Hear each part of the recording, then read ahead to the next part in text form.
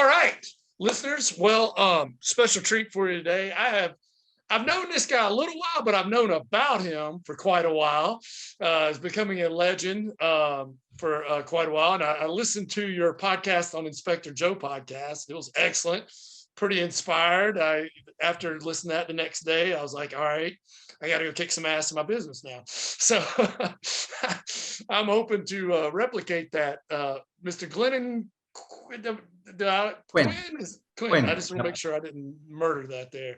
So Glennon, tell us a little bit about you, a little bit of background. Some of the home inspectors out there, a lot of them know you, but some of them don't. So give us a little background. Where you from? How'd you get into home inspection? And then we'll get up to a snapshot of where your company is now. And then I got lots of questions. Awesome. Cool. First of all, thank you so much for having me on this, Preston. Interesting story. When I first got started in 2008, 2009-ish, about a year into just trying to figure out what this whole home inspection deal is, I was doing my own research, and your name kept popping up a lot. Yeah. And I looked into it. I'm like, oh my gosh, this guy's marketing skills, and I look at your flyers, and I'm like, dude, I want to be like Preston one day. And oh my gosh, now I'm on your podcast. I'm honored. Thank you for having me. And I'm taking notes of the stuff you're doing. So yeah. Hey, role reversal. Right. Hey, that's what it's about, man. You got to support each other. It's our industry. We all got families, and we have goals and dreams, and whatever I can say today, I hope that it brings value to at least one person. So I am from Sri Lanka. It's an island just below India. I grew up in a little village. Did not speak English. Running around in the jungle, and I came here when I was 18 years old. That was 1994. Life was, tough there, but coming to America, you would imagine like, oh, this dream come true, and it was. But actually adapting to the country was difficult, right? A whole new culture shock and all that stuff. So it really took a long while for me to just to start thinking in the American mindset, I would say. Especially not speaking English that much. There were a lot of opportunities, but I didn't see a path to those. So, tried the whole college thing. I dropped out of school when I was 15 years old. There's no requirement to get a degree, high school degree there. But anyway, fast forward a bit, I ended up getting my bachelor's degree in professional aeronautics, and prior to that, I did a 2-year mechanics program, and aircrafts undergo a lot of inspections. And so the language, it was in the back of my mind, the concept of inspections, but I never thought I would, end up being a home inspector and owning a company. In my aeronautics classes, they had like just basic business principles and a little bit of marketing and accounting and things like that, but nothing to an extent. But so I was introduced to home inspections just randomly by my in-laws neighbor. We had to move in with my in-laws about 12 years ago with our 2 children, and life was tough and couldn't find a job in the aviation after 9/11. So heard about inspections. I got excited. I'm like, dude, if I can, do 1 inspection a day, I'll be set. I was bartending at the time. It was paying the bills, but it was just extra income. That's what I looked at, because bartending is a night gig. I'm like, okay, I can start this inspection thing and try to figure it out, do 1 a day, then go to work, bartend at night, and things like that. And opportunities really opened up as far as, first I had to really, demonstrate my competence, because I didn't have any construction experience. So I took a class, like an online class, got my books delivered, got my certification, and jumped right into it. as time passed, agents loved me, and great. I started, getting requests, and boom, I was busy. And so I'm not sure if I should say the whole story to, where I am today, or do you just want a little bit of background? I don't want to. Yeah, go ahead. Go ahead. No, it's pretty interesting. I'm sure if I'm Okay, very cool. interested, a lot of listeners are too. It's very interesting. Yeah, awesome. And by the Okay. way, a spoiler alert, this guy's super successful today. So it's Thank worth you. listening to. Yeah. So yeah, I was so busy. I was doing like 2 inspections a day now, and I'm like stoked. So it came to a point that, with the bartending, they offered me a position to be a general manager at a restaurant. So I was at a crossroads to pick the secure paycheck or take a leap of faith and take the risk also and pursue the inspection. So, and now speaking to a lot of inspectors, there some are on that same path where they're not really sure whether I should quit my 9 to 5 and pursue this. But I ended up doing that, and then I was so busy. I ended up I didn't know anything about how to hire someone or train someone or anything, but I decided to hire a helper. So I hired a helper. This was in 2012-ish. So 4 years I was on my own. In the meantime, I got my contractor's license and started doing odd jobs on the side. So but I was working about 16, 18 hours a day. Okay. Yeah, I remember those days. At 4:30 in the morning, getting home at 9 o'clock, and can't even sleep, so tired, kind of thing.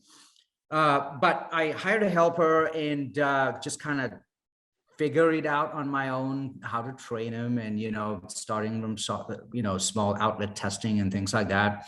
But 6-7 months into it, I got him certified. So now I have 2 inspectors, and then I'm like, dude, this worked out pretty good. I can hire more inspectors. So the volume was coming in. I was the inspector, I was the complaint handler, I was the scheduler, I was the payment taker and the marketer. Head cook and bottle washer.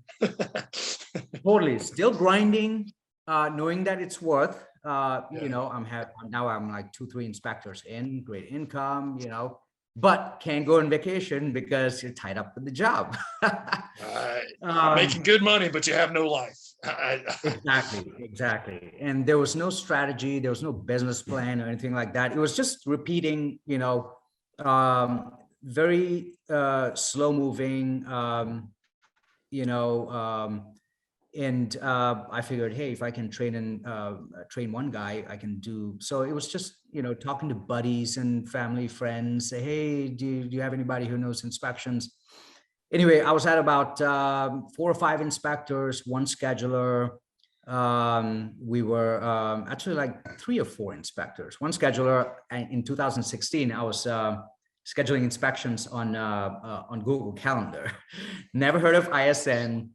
Never really got into inspection groups, right, like we have today, because in my market as a newcomer, and I became popular quickly, I'm good with people. I mean, you care for people, and business comes your way. So a lot of veteran companies were kind of not happy with that. So I saw this tension between inspectors. So I'm like, okay, I mean, if inspectors are not cool with each other and support each other in the market, and I'm like, okay, I mean, there's really no association who would like share their processes or business practices or whatever.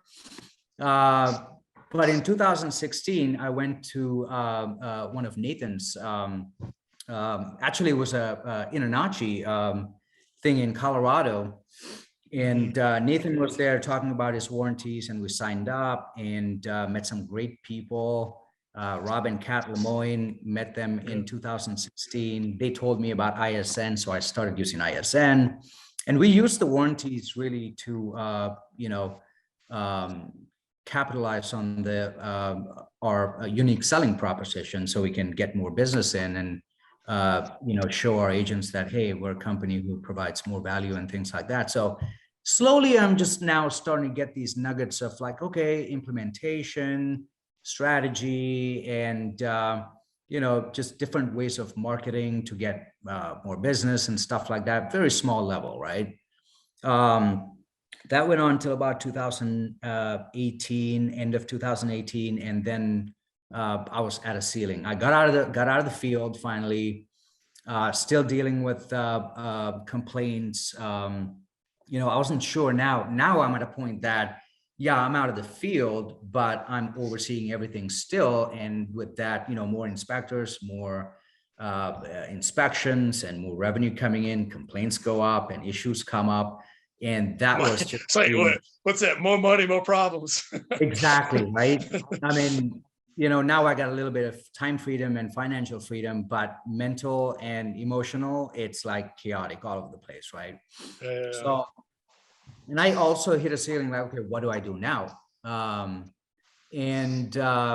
got spoiled a little bit because for the longest time I hadn't, had the financial and time freedom. So I took a lot of time off to like golf and kind of like pamper myself a little bit on a time level, right? But then I saw that I'm not really doing anything to grow the business, or we're just kind of just sustainable at this point. Then I heard about this group called IEB, and Rob and Kat told me about it, and they invited me to go to RGT. And I'm like, oh, I don't want any groups. I'm cool. I'm good, But they kind of like dragged me there, and that was the day like really things turned around for me. IEB is all about the mindset and the business side of the inspections versus quite a few other associations and memberships are more about the tools and the best inspector you can be, and the badges and stuff like that. But IEB is more like hey, let's structure a business so you can succeed and thrive and grow to the company that you want to be on a business level. But on a personal level too, IEB teaches or taught me to think at a bigger level, and the power of thoughts and creating that thought into to action, and it actually becomes real. Coming from a different country and stuff like that, I was never taught to think like that, right? It was just a trigger point for me. It's like I had it in my mind, I had the capability of doing it, but just knowing about it triggered it, and from there on, massive opportunities have shown up. When I joined IEB, our sales were about $800,000, and 3 years into it, last year we closed the year close to $6 million. Gosh, yeah.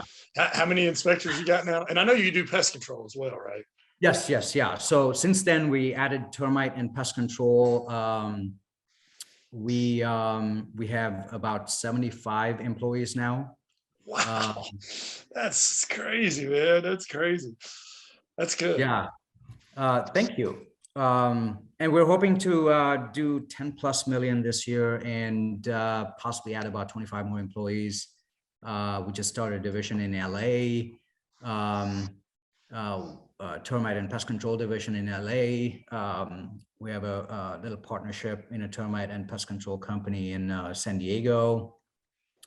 We're working a deal in Texas on a pest control operation out there. So like I said before, just a different way of thinking and opening your mind, and allowing your mind to come up with ideas, and accepting the challenge to execute and take action has opened up a lot of doors.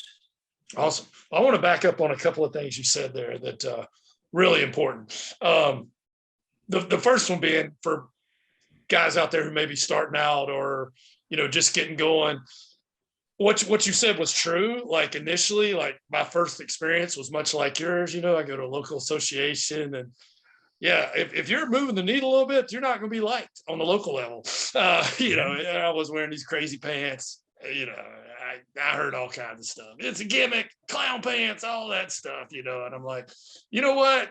It might be a gimmick one time, but you know, for them to use you once, but for them to use you 32 times, you got to be doing something right. But my point with that is, if you go to outside of your market to I highly recommend inspectors go to conferences, things out, and get to know inspectors outside of your market. And there, you're much more likely to get people who are willing to help you and willing to share. You know, and yeah, it's not as bad as it used to be, but yeah, there used to be a whole lot of, oh, I'm the greatest inspector, da da da da da. Right. And you know, it is important to be a good inspector, and the technical aspect of it is important. But the business running, you know, that's the thing, where a lot of us are technicians, you know, and being a technician is important, but then you also have to be a business owner, and that's a whole different skill, you know. And some people can make that transition, and some people just want to be a tech, and there's nothing wrong with that. But just if you want to grow a business, you definitely got to get in that business mindset. And I was like you too. I had hired a couple of inspectors, and I've hit ceilings a couple of different places, you know. And one of them was, I had about 7 inspectors. I was making pretty good money, but I was doing all the complaints, the marketing, and that's a hell of a bad combination right there, doing the complaints and the marketing, because the marketing requires you to be, you know, hey, you got to be on. And, you know, the complaints, you know, I can get off the phone, you're the worst, da, da, da, da, da, and then I got to get up on stage and give a presentation, you know, and it's just, you know, and you know how like 1 minute you'll get a review that's like, I've had 12 home inspections, and this is by far the best experience I've ever had. Da, da, da, da, da, da. And then 15 minutes later, you get one that's like, I wouldn't hire these people to inspect my doghouse. You know, it's like, you're the same person. But what I've learned, which you've learned too, is, you know, put people in place. I mean, you know, if you want to grow the business, if that's your desire, and you know, we all think we can do it better than everybody else. And you know, honestly, that's an ego thing. It's taken me a while to realize that. I mean, you know, and it's hard. I've finally turned over to some of the marketing, and you know, you always think nobody can do it as good as me, but truth is, give them time. There are some people that they're going to do it different than you, but it may not be bad. You know, maybe better. You know, so was it hard for you to give up control of, you know, I mean, you built this thing. I mean, at different levels. Was it hard for you to turn things over, or how did that go for you? Yeah, it was, but I didn't make that a limiting factor though. Like I said again before, you know, I mean, you run into these ceilings. First, you have to identify it as a ceiling. For me, it was like, okay, how hard is it for me to let go of like what's mine, and will that other person do it as good as I do it, right? So I consider that a ceiling. So how do you work through that? You know, you have to build trust with someone who is aligned with how you think and how you work and things like that. And sometimes you can, like, you know, turn on a switch and put someone in place to do it, but most of us are not there, right? Especially if you're like at a certain level in the company, it could be a year process. But number one is you have to commit at some point. First, you have to understand, like, okay, there's always someone out there who can do it better than I can do. So I found that person within our team, and I thought, like, you know what, this guy can do it. So then I mentor and coach him. It took about a year, maybe even 2 years, right? To like get going with the process. So I think a lot of people get stuck at like, oh, nobody can do this as good as I can do. Yeah. But I would say just let go of that. I definitely think that's a limited belief, 100%. Now I'm constantly looking for people who is actually better than me, because I don't want to do it. If you can do it better than me, hey, you belong in our team, you know? Right. So yeah, to answer your question, it was difficult, but I made the transition. Cool. Now, did you ever, like a lawyer, don't ask a question you don't know the answer to, but I've been in the home inspection business so long, I know the answer to this question. Early on, especially now, I think you're probably better at it now, but did you ever hire some talent that didn't work out?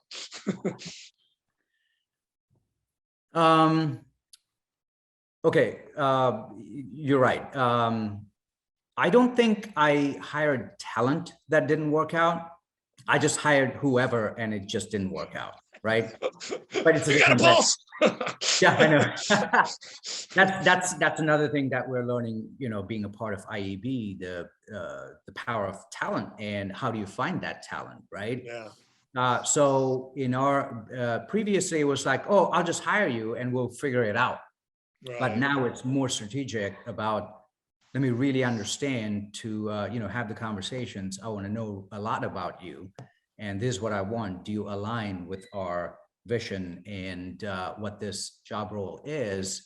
That way, from the get-go, we have a higher chance of knowing that this person will succeed instead of just going out in the dark and hiring someone.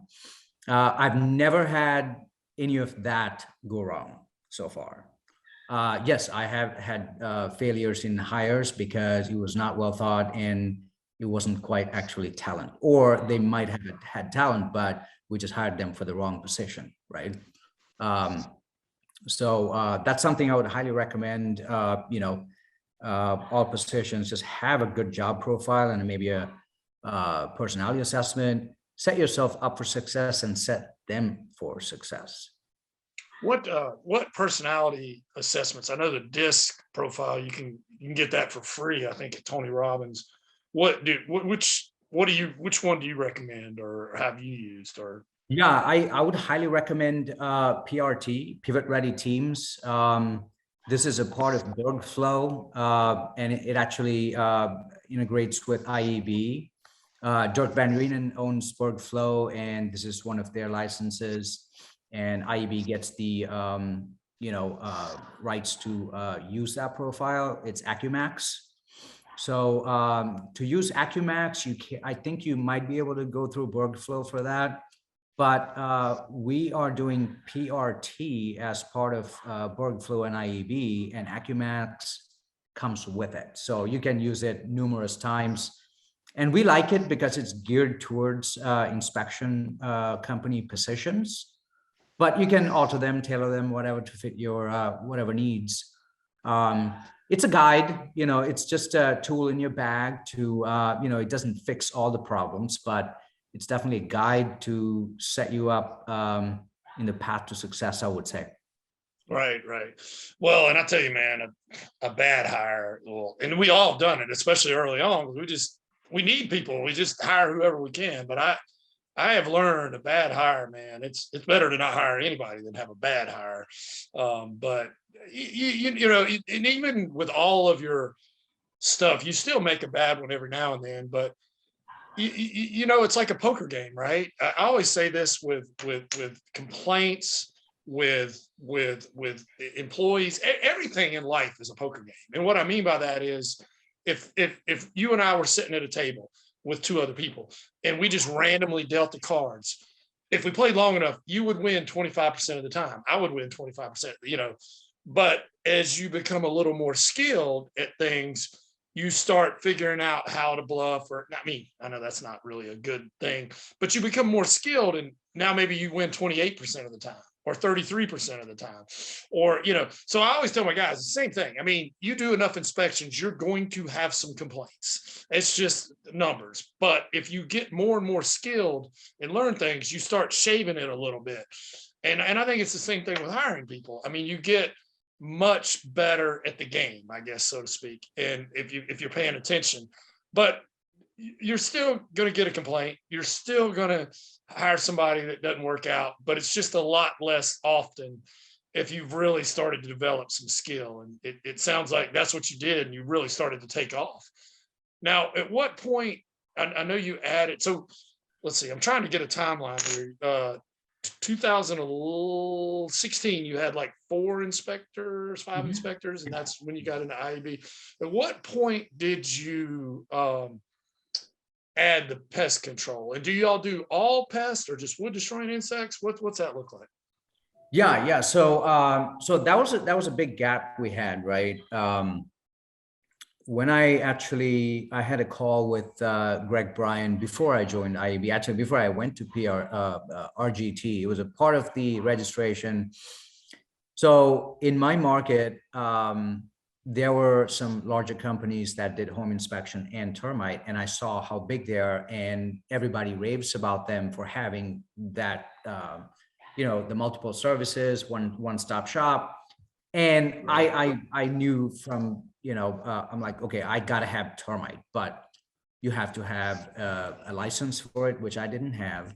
And the other option is to hire someone with a license, but what does that conversation look like, right? You're hiring someone with a license, they have the bigger advantage to like, hey, okay, call out the salary or whatever it is. I had no idea. But I asked Greg Bryan during our, introduction call if they have anything about termite and stuff. They're like, no, just come here, but we have other good stuff. And that was the mindset thing I was talking about before. We went in 2018, December, and I come back by May 1, I had a termite company going. Wow.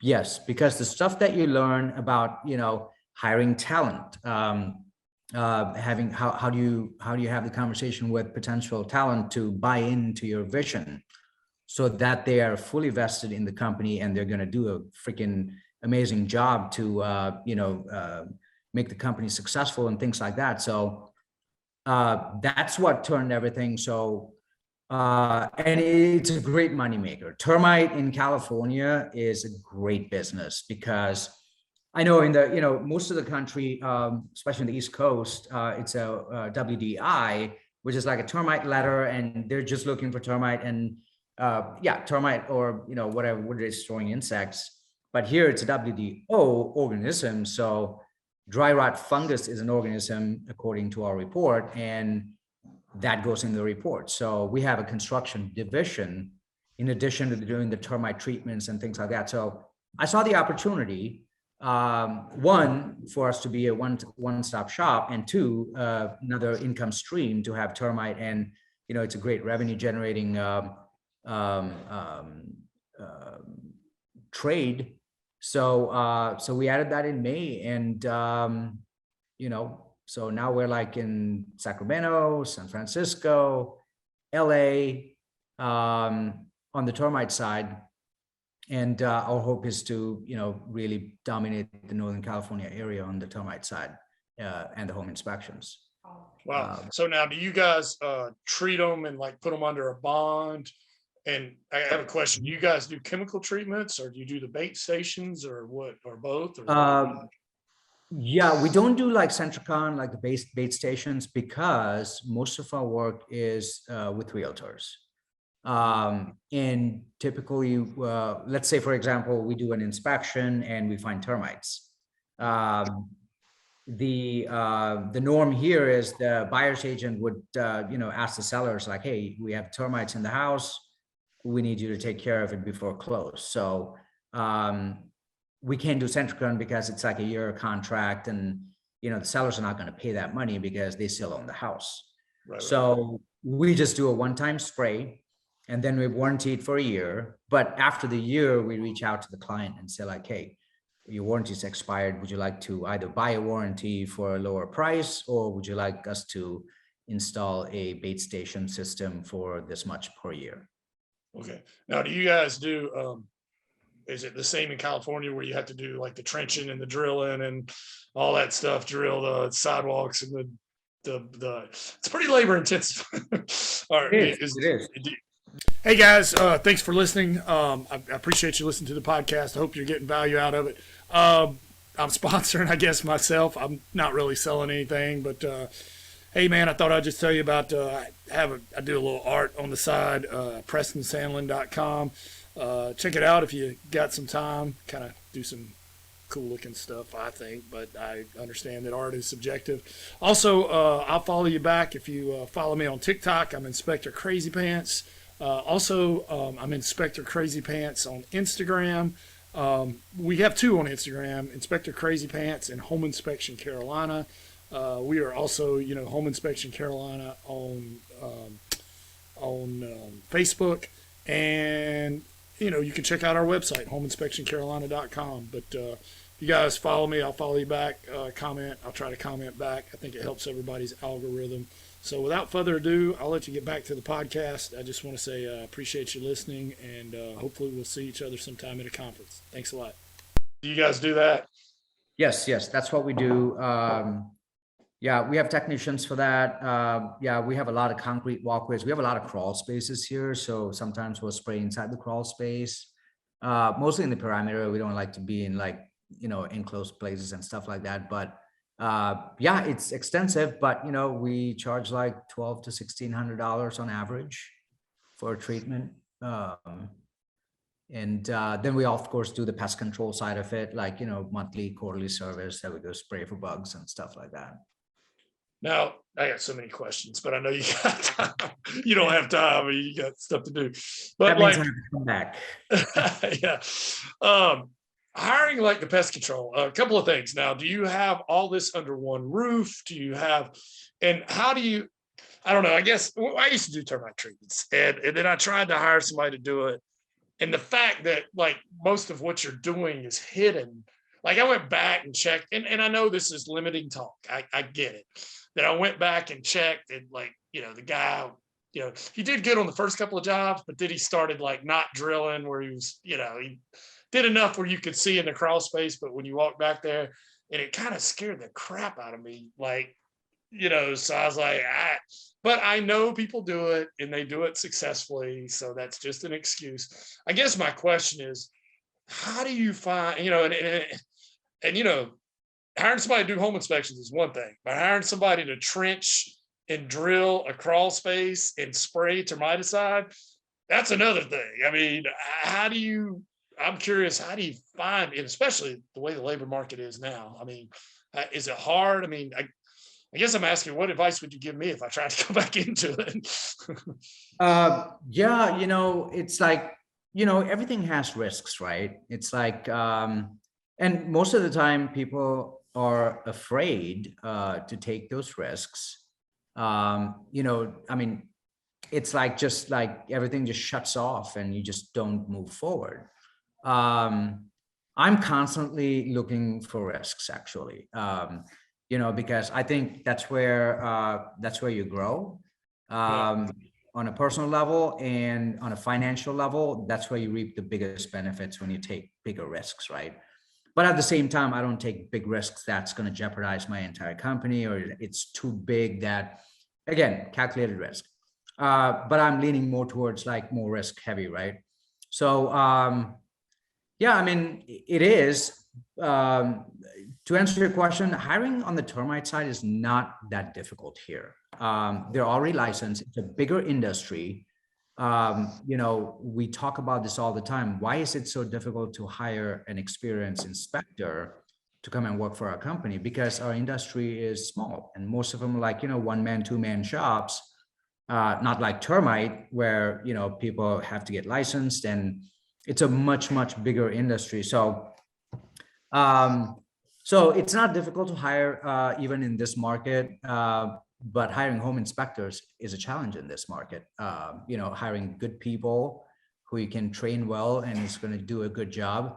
But no, I think you should definitely get back into the termite. I think it's a great long-term exit plan too, with the pest control. Oh yeah, and the residuals are the yearly. Residuals are great, and it's very sellable. Home inspection companies, you don't really see someone selling a home inspection company for $10 million. It's coming, but we haven't seen that, right? Or at least I haven't heard it. But pest control, it happens every day. And well, there's no contracts in home inspection where exactly. Where pest control, there's contracts and guaranteed money. I mean, whereas in home inspection, it's just goodwill, basically. I mean, that's realtors can call whoever they want. I mean, there's no contracts. Well, I have a question for you, Glennon. Let's say now you're doing both, but let's say, if knowing what you know now, back up a little bit. And let's say you're building your company and you're really thriving in home inspections, and you have a choice. You're at a crossroads. Or what would be your first move? Now you can, there's two ways. You're maybe hitting a ceiling in home inspection in your market. You feel like now you can expand, get into pest control. Some guys are doing heating and air, other home services, or you could go into another market and do what you know, but you're in a market that you don't know. In other words, your choice is widen your services in this market, or go to another market and do the home inspection thing there. And I know your answer, I'll do both. But if you could only choose one in the beginning, which one would you choose and why? Yeah, great question. At this point, I would definitely widen, because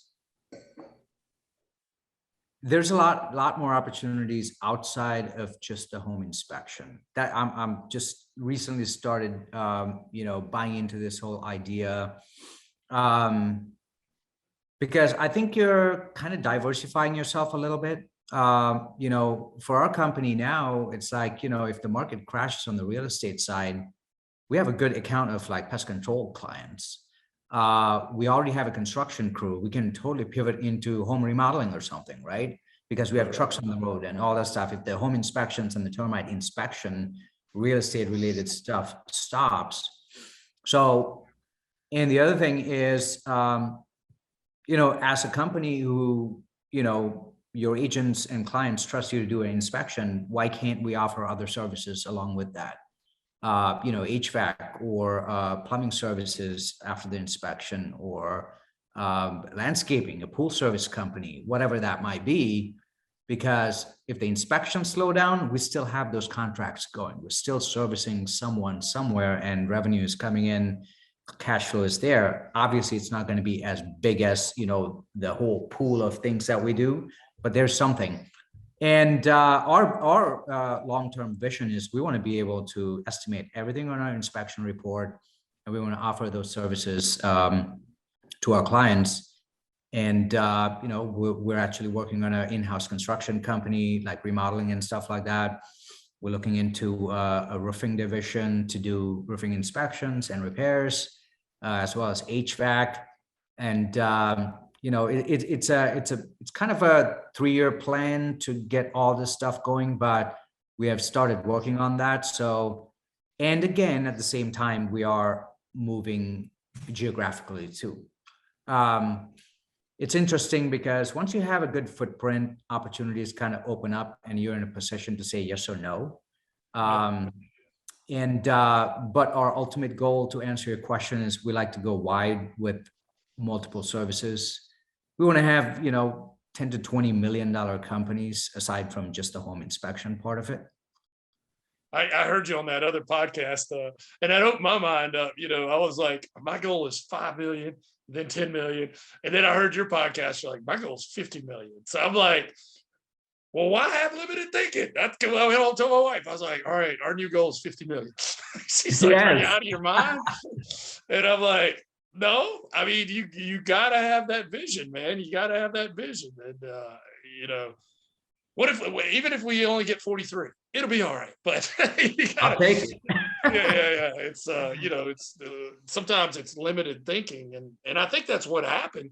I mean, actually, before I met some of you guys, I mean, honestly, company hitting 2-3 million was about the biggest you had saw. So it was almost like your mind kind of thought that was all that was possible, or at least my mind did. And then it's just, I've seen, and you're right. I mean, we do home inspections, and there's so many other, heating and air, plumbing. I mean, so many other things that just naturally leads to, and could. And also, like, people don't care. I don't care what the economy is or how much gas is. My damn air conditioner's broke in the middle of the summer. I'm writing a check. I don't care. I will find the money to fix that air conditioner. And I feel like most everybody else will too. But if the market, the housing market, tanks, and all we do is home inspections, I feel like that's a little bit of a liability, you know? Well, I got to ask you this, you know, in the beginning, you said you got started and, you know, you have a good personality, you're magnanimous, you know, the realtors like you. I totally see that, totally get it. But at some point, you know, you plateau in all that Glennon can possibly do.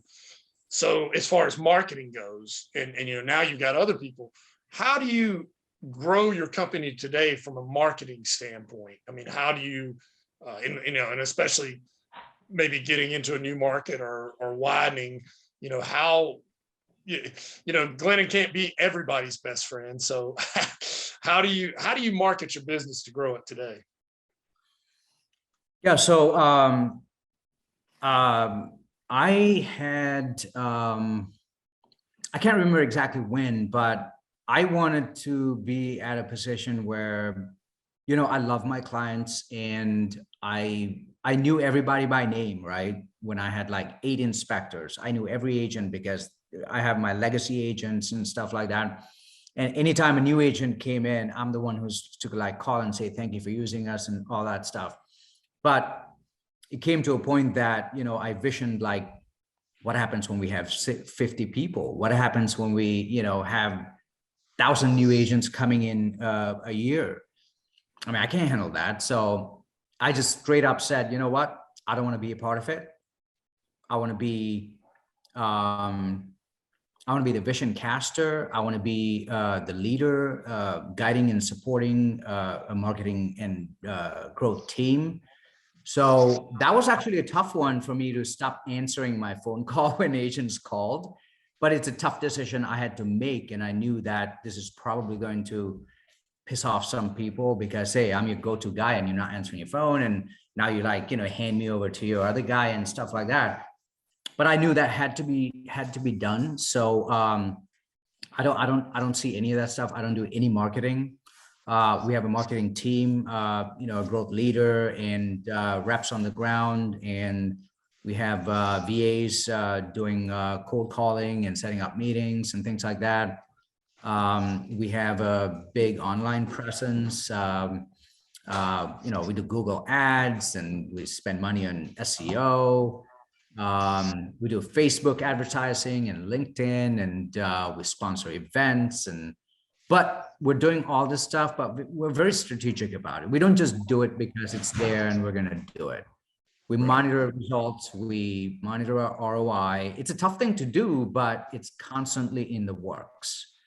So now it's like there is like a running growth machine, if you will, right? And I'm just concerned about, okay, what are the numbers? What did we do this week? Okay, how many new agents did we get in?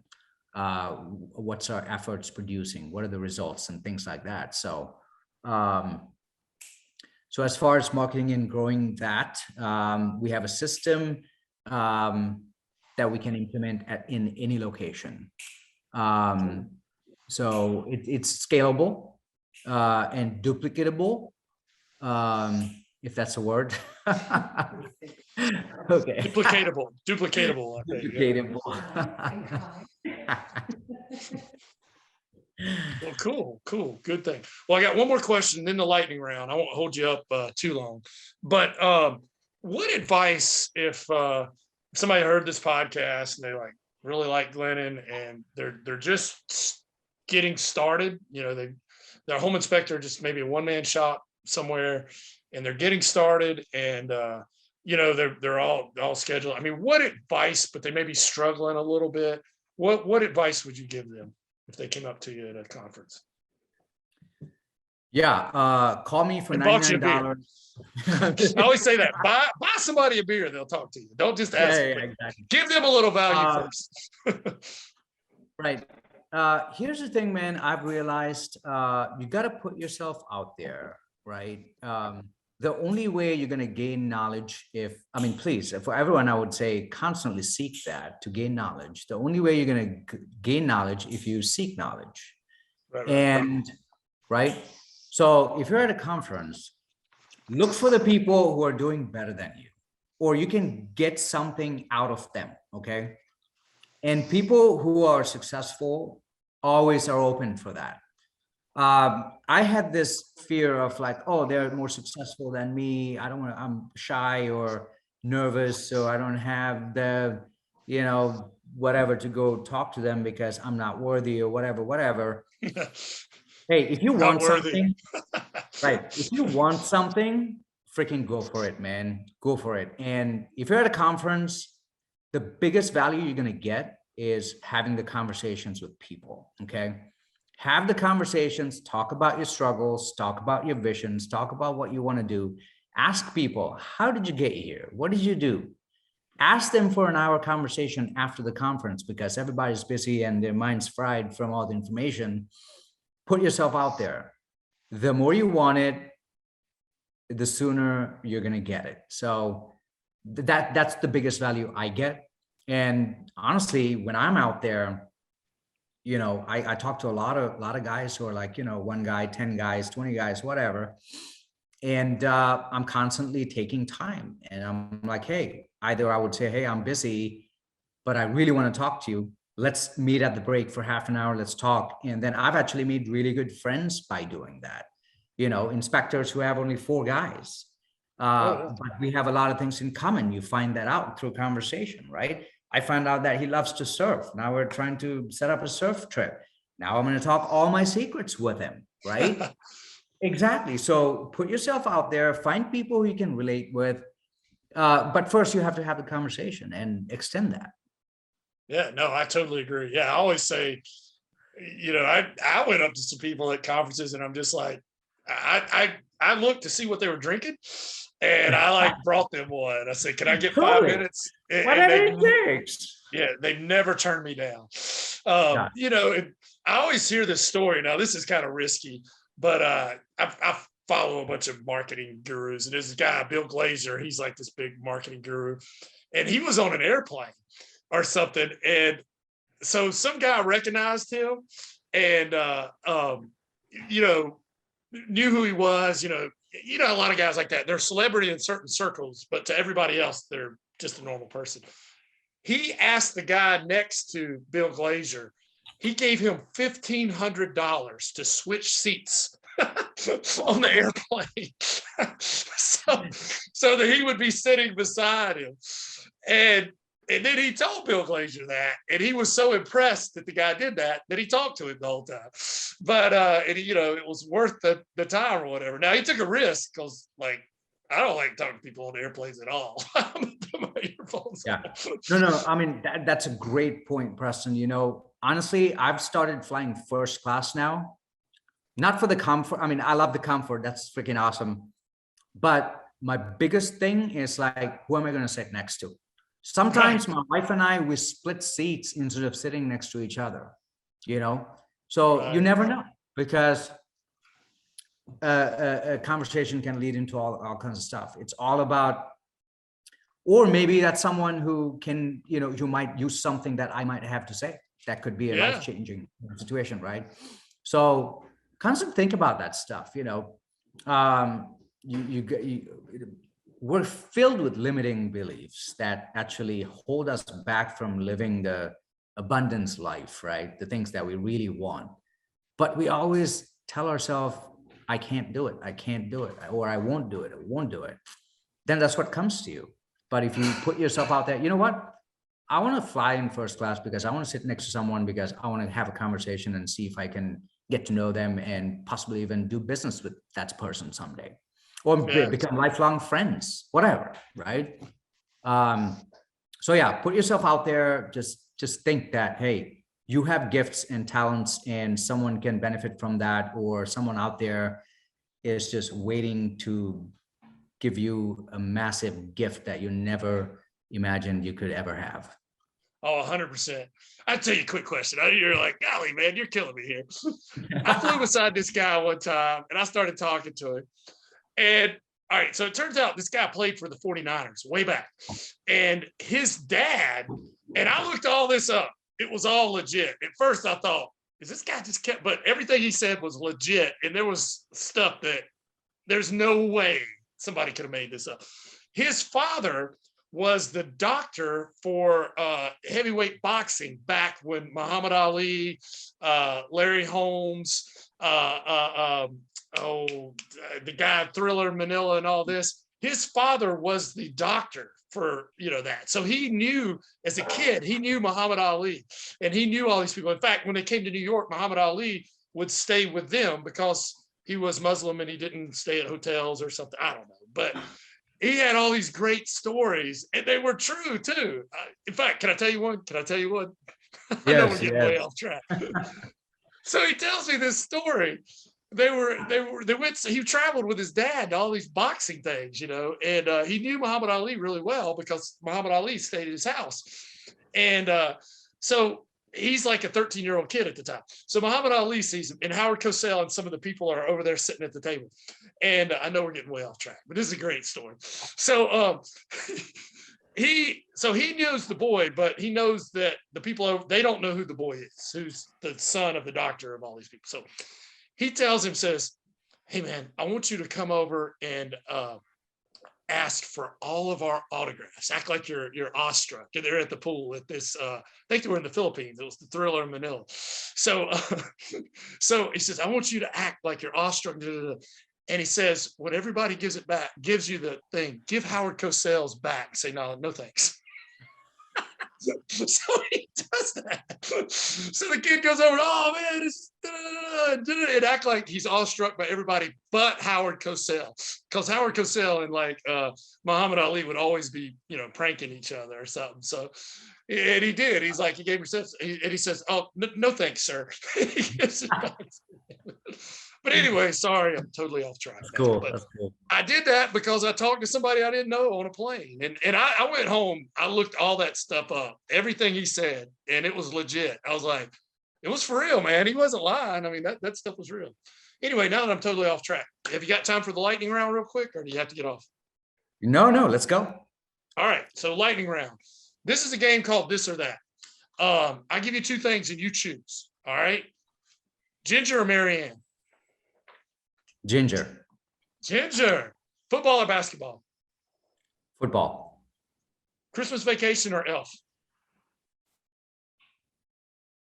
Elf. All right, that's usually the popular one. Animal House or Caddyshack? Caddyshack. Celebrity crush? I think your wife's there. If it's gonna get you in trouble. Don't know what that is. All right, Remember, I'm from Sri Lanka. I got you. Netflix or YouTube? Netflix. Would you rather call somebody on a phone or text? On the phone. Would you rather do cardio or weight training? Weight training. Are you iOS or Android? iOS. Big party or small gathering? Small gathering. Would you rather wear flip-flops or tennis shoes? Oh, flip-flops all day. Beach or mountains? Beach all day. Gotcha. That's the most popular one. Theme park or the beach? Beach all day. Beach all day. Speaking of which, how was Costa Rica? Was that good? Amazing. In contract to buy a place there.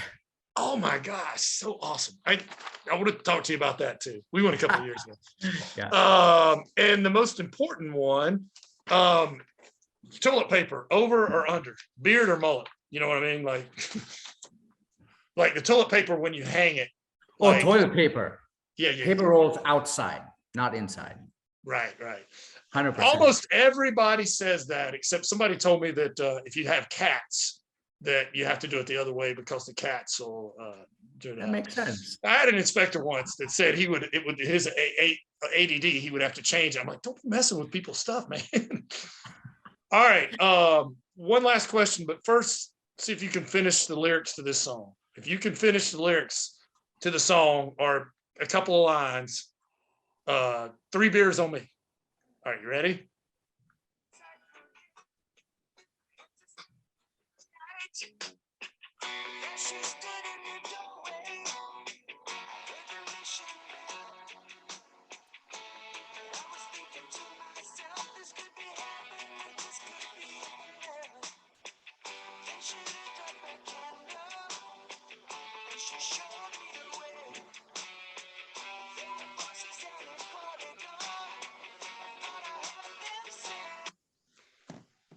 Can you finish this? Welcome to the Hotel California. Exactly. You got it. 3 beers for me, brother.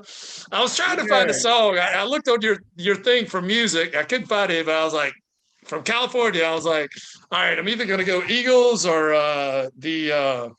what's the one with Tupac? California knows how to. I don't know, but I was trying to do something with California. Or you could have gone with this guy called Bob Marley with dreadlocks or something. Are you in, do you like reggae? Oh, I love reggae. I do too, man. I do too. Oddly, I mean, you wouldn't. I'm about the whitest guy you ever met, but I love reggae. It's happy, man. It's happy music. You know, it's like you cannot listen to reggae and not be happy. Even the ones that are kind of like revolutionish, even they're happy. You know. Oh yeah, honestly, you know what? I like the newer reggae, like Ziggy Marley. He talks about a lot of like some of his songs, the words like just really great mindset stuff, man. I love that. And there are some reggae artists too. But then, you know, I just like to, I love the kids mindset. You know, we grow up and we think that everything has to be so, you know, full of responsibilities. Yeah, it does, but you just got to think like a kid, man. That's how Oh I no, roll. I totally agree. All right, Yeah. well, 2 last questions and I'll let you go. The first one is craziest thing you or one of your guys have ever found on a home inspection. And remember, it's a G-rated show according to iTunes. Okay. Yeah, I think it's crazy and funny. This was like a house built in like 1950s-ish. They had a rafter system. And they had a fully cracked and bowed rafter and they had it duct taped. I thought it was just hilarious. Oh man, did you get any video or pictures? Oh, I blasted it everywhere and I got so many responses. This was like a while back. Sometimes I still get like Facebook memories on it and agents would still like, you know, comment on it. So I think that was probably the funny and craziest thing. You know what makes me mad? Like back when I was in the field, like I was in the field in the late 90s, early 2000s. TikTok and all this didn't exist. I mean, No. we didn't even have video cameras. I mean, dude, we were like shooting with a Sony Mavic. I actually started out with Polaroids, but all that stuff I saw, if I could have captured it with today's, you know what I mean? Like all that stuff, I had so much material and just didn't know it, or, you know, there wasn't the technology to capture it then. Right. But anyway, well, last question, Glennon. I've held you a long time, and I know the listeners are very thankful, and I'm very thankful. And I owe you 3 beers, but probably more. If you went to bed tonight, woke up tomorrow morning in a brand new world, but you had all of your inspection training, your room and board, everything taken care of, just for whatever reason, it's a brand new world, and you don't know anybody, and you've got $5,000. What are you going to do to get your company known? And again, you know, your computer, all your equipment's paid for. Just you got $5,000. It's kind of an ROI question. You know what I mean? Like what if you only had $5,000, what would you do to get the word out? I will take the biggest broker with the most agents who does the most. I would figure that out and I would take them out to the most fanciest dinner. Good. Now you're going to have about $4,500 left over. Anything else? Probably take the top 10 maybe or something. If our conversation went well, I would tell him next week I want to take your entire team out for dinner. There you go. That 5 grand will cover it. I'm going to make a point to spend it all.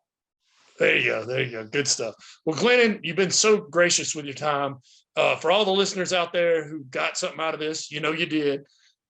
Let's go give the guy some likes, some follows, whatever the social media norm is for that. So what platforms are you on, or your company on, that people can go like and all that? And is there an email address or something where if they had a question for you, they could follow up with you or anything?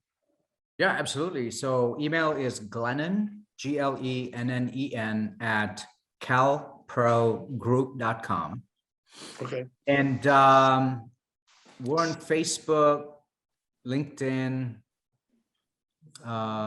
Instagram, My wife in the background, she tells me what we have. Honestly, I don't. Is it CalPro? If they did a search for CalPro, would it come up on y'all Yeah, those? calprogroup.com. That's our website. Honestly, you know what? I mean, if anybody has any questions or want to connect and chat, I'm happy to share anything.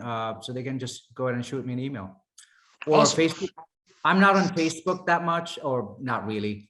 But I do have Facebook Messenger. So friend me on Facebook and shoot me a message and we'll connect. I think that's how we connected too. Yeah, absolutely. But also go like, if there's the CalPro page and the Instagram, go like and follow him, because I think it'll help you out with your algorithm or something. Let's give this guy a little bit of value, because he certainly gave us some. Well, Glennon, thank you so much for your time, brother. I hope I didn't hold you up too long. Not at all. It was a I pleasure, will an honor being. catch you at the next conference and meet you at the bar for the payment that I need to All right, pay. brother. Looking And forward to it. we'll